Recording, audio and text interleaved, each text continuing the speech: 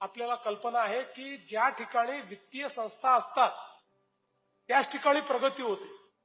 आपण देशाचा प्रगत भाग बघा, जगाचा प्रगत भाग बघा, प्रगतीचा सरळ संबंध हा वित्तीय संस्थांशी आहे।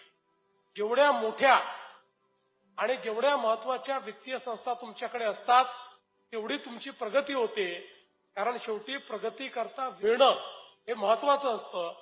आणि आज या बँकेमुळे अनेक लोकांना छोटे मोठे त्या ठिकाणी कर्ज मिळाल्यामुळे ही मंडळी आपल्या पायावर उभी राहू शकली, चार चांगल्या गोष्टी करू शकली, आपल्या अर्थव्यवस्थेला देखील मदत करू शकली।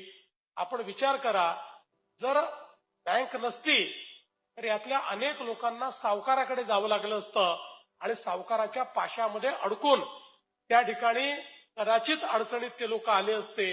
आणि म्हणून एक बँक, एक वित्तीय संस्था ही खऱ्या अर्थानं समाजामध्ये एक मोठं आर्थिक अभिसरण करत असते।